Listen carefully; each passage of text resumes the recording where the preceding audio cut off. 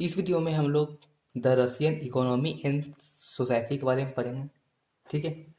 Russian revolution हम लोग पढ़ रहे हैं। रशियन रेवोल्यूशन का ये दूसरा टॉपिक है। ठीक है। रशियन रिवोल्यूशन होने के पहले इकोनॉमी और सोसाइटी कैसा है इसको जान लेने से हम लोग को बहुत सारा मीन्स हिंट मिल जाता है कि आगे चैप्टर में क्या होने वाला है। ठीक।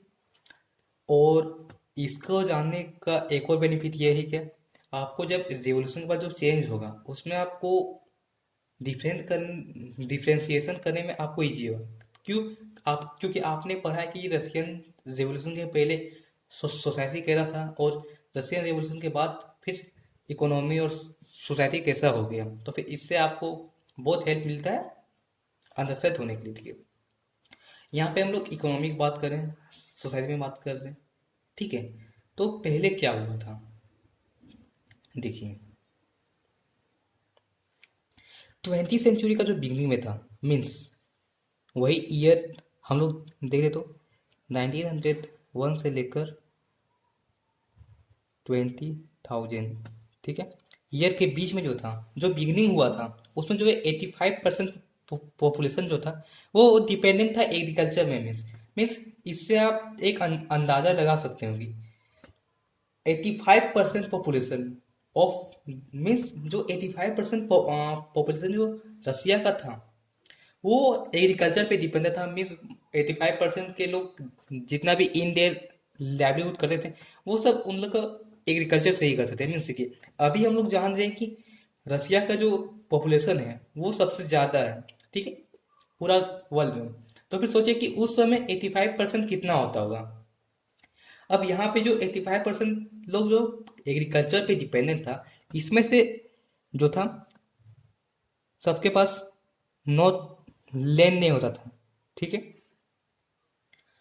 Only few having their lands means कुछ ही किसान जो थे यहाँ पे, एक 20% जो पॉपुलेशन था उनमें से कुछ ही किसान के पास अपना लैंड होता था। और most land were captured by the nobility, the crown and the orthodox church. Means अधिकतर जो लैंड था वो कैप्चर किया था कौन, नोबिलिटी किया था, क्रोन किया था, और जो ऑर्थोडॉक्स जो चर्च के लोग थे उन लोगों ने बहुत सारा लैंड को कैप्चर कर लिया था। ठीक है।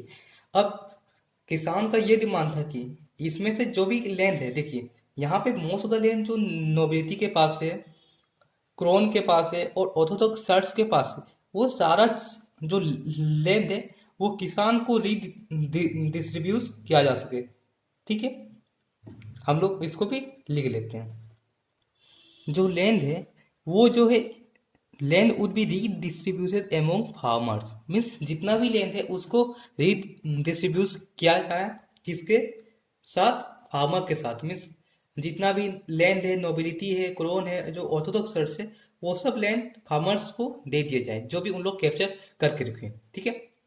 अब देखिए जो सोशलिस्ट हैं, ठीक है, जो सोशलिज्म को चाहते थे, ठीक है, उन लोग को ये मानना था कि जो रिवॉल्यूशन लाए, ठीक है, तो वो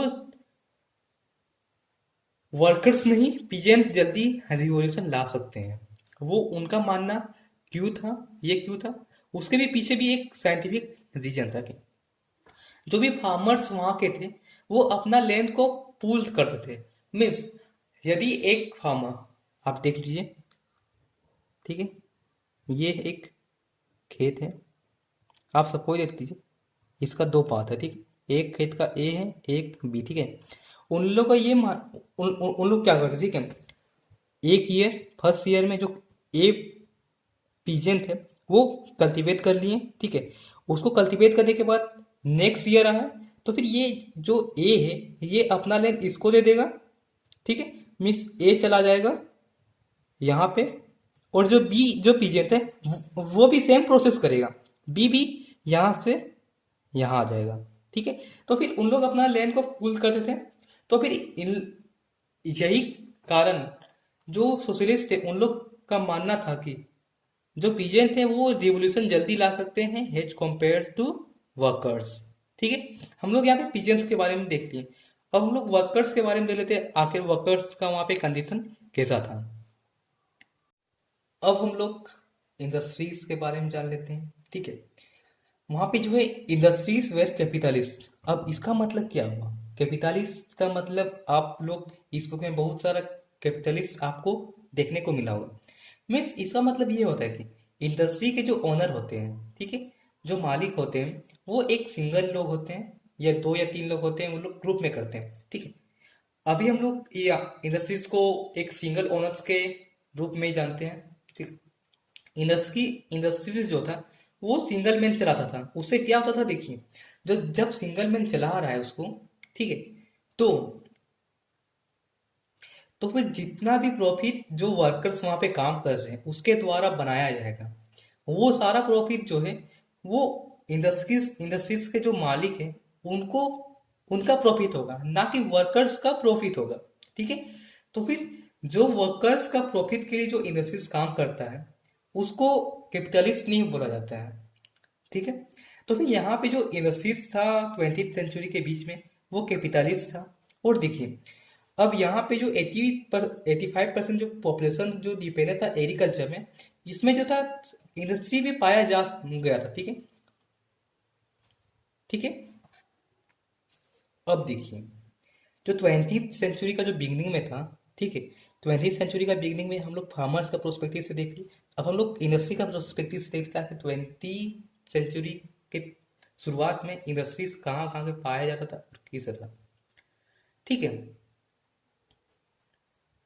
20th सेंचुरी का जो बिगिनिंग में था, in the industries were found in pockets, ठीक है। अब इसका मतलब क्या है? यहाँ पे पॉकेट मीनिंग आ गया, ठीक है। तो हमें पॉकेट्स लिखने का प्रोस्पेक्टिव क्या है आप देखेंगे, ठीक है। आप यदि जैकेट पहनते होगा, ठीक है, तो फिर उसमें पॉकेट जो है वो बहुत कम ही होता है। मीन्स एक जैकेट में उतना बड़ा जैकेट एरिया देखिए, उसके प्रोस्पेक्टिव से जैकेट का जो पॉकेट होता है, ठीक है, वो एकदम फ्यू होता है, मीन्स एकदम कम होता है। तो फिर इसका मतलब ये था कि रसिया तो इतना बड़ा राज्य था, ठीक है, देश है, सॉरी, उसमें जो इंडस्ट्रीज है वो कुछ ही इलाका में मिलता था, ठीक है। तो फिर यहाँ पे पॉकेट्स लिखने का यही मतलब हुआ, ठीक है। और वो जो मिलता था, कहाँ मिलता था? सेंट पीटर्सबर्ग में मिलता था और मॉस्को में मिलता था। इंडस्ट्री जो भी था 20th सेंचुरी का बिगनिंग में, वहां वहां इंडस्ट्रीज मिलता था। अब देखिए क्या होता है।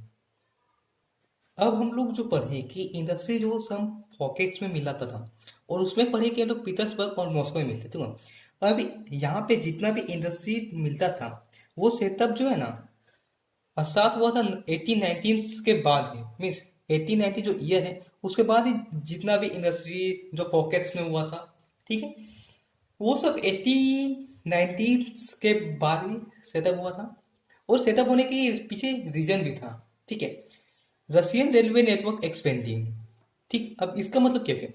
रसिया का रेलवे का जो नेटवर्क था वो फैलता गया, ठीक है, 1819 के बाद। उससे क्या हुआ कि देखिए जो फॉरेन का जो है, मीन्स दूसरे देश के जो इन्वेस्टमेंट थे, जो इंडस्ट्री में इन्वेस्ट करना चाहते थे, वो उसको एक पाथ मिल गया कि वो रशियन रेलवे जो है उसका नेटवर्क से वो अपना गुड्स को एक जगह से दूसरी जगह ले जा सकते थे इजीली। तो फिर इससे ये हुआ कि जो फॉरेन इन्वेस्टमेंट था, वो जितना भी पैसा है वो इंडस्ट्री में लगाया, कहाँ पे? पीटर्सबर्ग और मॉस्को में, ठीक है। तो फिर यहाँ पे रशियन रेलवे का भी बहुत ज्यादा महत्व होता है, ठीक है। अब यहाँ पे हम लोग देख लिए कि इंडस्ट्रीज था, वहां पे वो इंडस्ट्री कैपिटलिस्ट था, और कब एस्टेब्लिश हुआ, कैसे हुआ, ठीक है। अब इतना जान लिए। अब हम लोग इसमें जान लेते हैं कि आखिर लेबर्स का कंडीशन कैसा था वहां पे, ठीक है। तो फिर चलिए उसको भी जान लेते हैं। अब देखिए जो वहाँ के गवर्नमेंट थे, government keep an eye on industries to ensure better working hours, wages and housing, etcetera. Means वहाँ के जो गवर्नमेंट थे वो अपना आंख जो है मिस इंडस्ट्री के ऊपर भी ध्यान देते थे। इसलिए ध्यान देते थे ताकि जो वर्कर्स को है उसको जो वर्किंग आवर है वो अच्छा मिले, ठीक है, वेजेस भी अच्छा मिले, हाउसिंग प्रॉब्लम ना हो, ठीक है। अब ये सब होने के कारण but rules were broken with impunity. Impunity का मतलब होता है कि बिना कोई रिस्पॉन्सिबिलिटी का रूल्स को जो है वो तोड़ा जाता था। मीन्स उसमें गवर्नमेंट कुछ भी नहीं करती थी, सिर्फ देखती थी कि जो हो रहा होने दो, ठीक है। तो फिर वर्कर्स को बहुत ज़्यादा सफ़र करना पड़ा था। जो वर्कर्स थे, ठीक है, उनको जो है बहुत लंबा लंबा आवर्स वर्क करना पड़ता था, वेजेस भी कम मिलता था, ठीक है। अब ये सब होने के कारण जो है वर्कर्स बहुत डिसअपॉइंट होते थे, ठीक है, उनको खराब लगता था, लेकिन गवर्नमेंट भी वहाँ पे कुछ नहीं करता था, ठीक है। अब यहाँ पे वर्कर्स की बात कर लेते हैं, ठीक है। गवर्नमेंट जो है वो काम कर लिया, अब वर्कर्स को भी दे लेता है कि वर्कर्स का सिचुएशन कैसा था। वहाँ के जो वर्कर्स थे, ठीक है, उनका लिंक जो है विलेज से, बहुत सारे वर्कर्स का लिंक विलेज से होता था, और बहुत सारे जो वर्कर्स थे वो सेटल डाउन हो गए थे। कहाँ पे? सिटी में, सेटल डाउन ऑन सिटीज।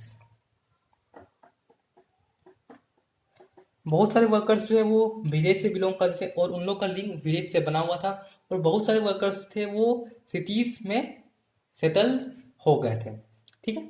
अब क्या होता है, अब देखिए वहाँ पे जो होता था, पहले तो वर्कर्स को डिवाइड कर दिया कि वो कौन विलेज से बिलोंग करता है, कौन सिटी में सेटल हो गया। उससे वहाँ पे पहले डिस्क्रिमिनेशन हो जाता था कि कौन कहाँ पे करता। अब दूसरा बार में जो है वो उसको मेटल्स वर्कर्स जो था वे ऑन टॉप, मीन्स वर्कर्स को उनके काम के हिसाब से उनको पोजीशन मिला था। जो मेटल्स वर्कर थे उनको टॉप में रखा गया, और जो भी उससे कम के हैं उनको नीचे नीचे नीचे करते करते रखा गया, ठीक है। अब देखिए यहाँ पे इतना जो है सबको डिवाइड किया हुआ है, लेकिन इतना डिवाइड करने के बाद भी जो है कोई भी वर्कर्स थे जिनको प्रॉब्लम होता था इस सिस्टम से बेहतर वर्किंग आवर, तो फिर सारे वर्कर्स जो है यूनाइट हो जाते थे, सब लोग मिल जाते थे, और जो भी वर्कर्स का प्रॉब्लम है उसको